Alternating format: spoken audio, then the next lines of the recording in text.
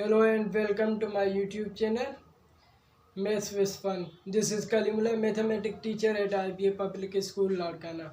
Today we are here to discuss about corresponding angles, alternate angles, and interior angles. First we are here to discuss about corresponding angles.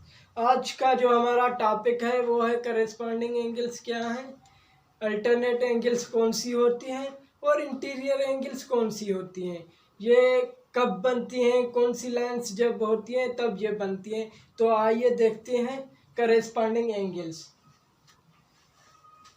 Corresponding angles when two lines are crossed by a line, जब दो lines हो वो cross हो, ये दो lines है, अब इसे क्रॉस किया, ठीक है, ये क्रॉस किया, या कह दें कि थोड़ा ऐसे क्रॉस किया, कैसे भी क्रॉस किया, दो लाइंस हैं ऐसे, इसे क्रॉस किया।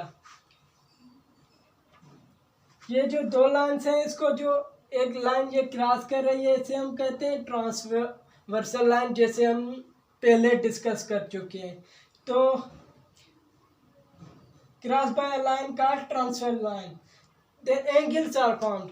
ये क्या एंगल्स ऐसे बनती हैं, ये क्या है, यहाँ से अगर इसे मिटा दें तो ये क्या एक एंगल बन गई, अगर हम इसे मिटा दें ये स्ट्रेट लाइन है ऐसे, तो ये क्या है एंगल, तो एंगल्स बन रही है, द एंगल्स आर फाउंड, ठीक है।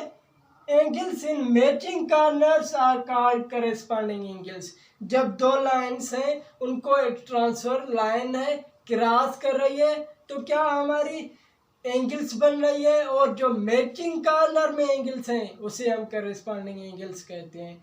मैचिंग कॉर्नर का क्या मतलब है, अगर ऊपर से हैं तो उसी साइड से ऊपर वाली को हम मैचिंग कॉर्नर कहते हैं, जैसे ए और E, A and E are corresponding angles.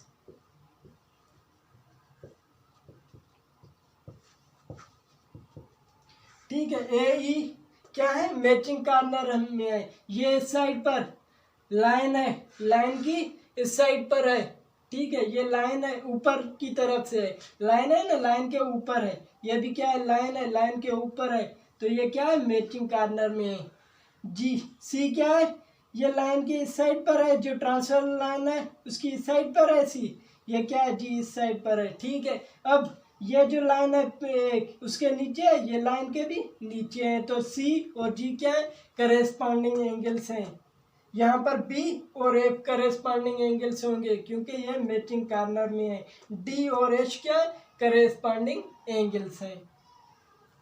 यहाँ पर A and E, C and G, B and F और डी एंड एच, ये चारों क्या है, ये आपस में करेस्पॉन्डिंग एंगल्स हैं, ये आपस में करेस्पॉन्डिंग एंगल्स हैं, ये आपस में, क्योंकि ये चारों मैचिंग कॉर्नर्स में हैं। तो हम अब चलते हैं अल्टरनेट एंगल की जानिब। Alternate angles, alternate angles when two lines are crossed by a line called transversal line, then angles on opposite sides of the transversal lines are called alternate angles. जब दो लाइंस को एक line cut करती है तब जो वो line जो ट्रांसफर लाइन है उसके अपोजिट साइड पर जो एंगल्स बनती हैं उसे हम कहते हैं अल्टरनेट एंगल्स। आइए देखते हैं इसमें, ये तो पैरेलल लाइंस है, इसे एक लाइन कट कर रही है, ठीक है। यहाँ पर अपोजिट साइड, अगर ये ए साइड है तो ये बी, बी क्या है इसके अपोजिट साइड पर है। इसी तरह से अगर यहाँ पर सी ले रहे हैं तो अपोजिट साइड पर जाएं, इस साइड पर ये एफ जो है, सी और एफ क्या है alternate angles, C and F are alternate angles, C और एफ क्या है अल्टरनेट एंगल्स। इसी तरह से ई किसके अल्टरनेट होगा? अपोजिट साइड पर, मगर इस लाइन पर। लाइन 1 है, ये L1, ये L2 कैसे बन रही है? अपोजिट साइड पर बन रही है। अगर लाइन 1 पर है तो दूसरी अपोजिट साइड लाइन 2 की देखनी चाहिए। सी है, लाइन 1 पर है, अपोजिट साइड पर जाए, अपोजिट साइड ये उसमें कहाँ लाइन 2 पर है, क्या है? अल्टरनेट एंगल्स हैं। यहाँ पर डी एंड ई क्या है? Alternate angles. डी और ई अपोजिट साइड पर है लाइन के, ट्रांसवर्सल लाइन के, तो ये क्या हो गई? Alternate angles. इसी तरह से अगर हम एक्सटीरियर देखें तो बी और डी, ये तो हमने लाइन के अंदर देखा था, इसीलिए हम इसे इंटीरियर कहते हैं।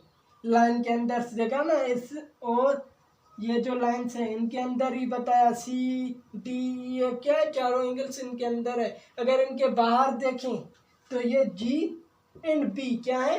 अल्टरनेट एंगल्स हैं, जी एंड बी। और ए एंड एच क्या है? अल्टरनेट एंगल्स हैं। इनको हम कहते हैं एक्सटीरियर, इनको हम कहते हैं डी, सी एंड एफ। इसे हम कहते हैं इंटीरियर। Interior alternate angles. क्यों इंटीरियर? क्योंकि इन दो लाइन्स के बीच में है। ये एक्सटीरियर क्यों है? इन लाइन के बाहर है। ये क्या है? लाइन 1 है, यहाँ से इसके ऊपर है, लाइन 2 है इसके नीचे है। तो ये लाइन्स दोनों के बीच में नहीं है, बाहर है। बीच में होता है तो इंटीरियर, अंदर। इंटीरियर का मतलब होता है अंदर, और एक्सटीरियर उसके बाहर।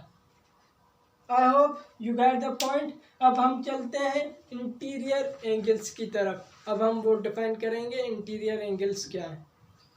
अब हम बात करेंगे interior angles. When two lines are crossed by a transversal line, then the angles formed inside the parallel lines on same side are called interior angles. जब भी दो पैरेलल लाइंस को या दो लाइंस को एक लाइन कट करती है तो क्या बनते हैं? इंटीरियर एंगल्स बनती है। इंटीरियर एंगल्स मगर कौन सी होंगी? जो पैरेलल लाइंस के अंदर होंगी। पैरेलल लाइंस की दो जो पैरेलल लाइंस होंगी, एक ये है एक ये है, इसके बीच में जो एंगल्स होंगी मगर सेम साइड पर होंगी ट्रांसवर्सल लाइन के। आइए देखते हैं एग्जांपल में। A B C D E F G H, ये क्या है? एंगल्स हैं 8, ठीक है। ए बी और डी एच लाइन के बीच में नहीं है, बीच में कौन सी है? C D E F. अब इंटीरियर एंगल्स कौन सी होती हैं? Interior angles are inside the parallel lines, अंदर होती हैं, ठीक है, मगर सी डी ई एफ मतलब इनमें से होंगी। अब आगे, and on the same side of the transversal line, same side पर होती है। सी और ई ये क्या है? अब इंटीरियर एंगल्स हैं। सी एंड एफ का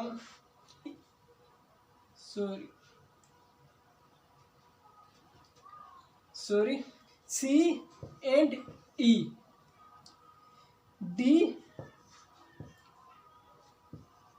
and F are interior angles. C and E आपस में इंटीरियर है, D और F आपस में इंटीरियर है। एक पेयर ये है, एक पेयर ये है। इसे फर्स्ट पेयर कहें, इसे सेकंड पेयर कहें। क्यों? क्योंकि डेफिनेशन में कह रहे हैं पैरेलल लाइंस के अंदर होती है और ट्रांसवर्सल लाइन के सेम साइड पर होती है। सेम साइड पर क्या है? सी है, उसके सेम साइड पर क्या है? ई है। दोनों लाइंस के बीच में है, ये ट्रांसवर्सल लाइंस की सेम साइड पर है। और ये D and E, D and F same side पर है, तो डी एफ इंटीरियर एंगल्स हैं और सी और ई आपस में इंटीरियर एंगल्स हैं। I hope you understand the concept of this topic. We will meet in next topic. I hope you understand today's topic. Inshallah we will meet in next lecture. Till that, Allah Hafiz. Goodbye.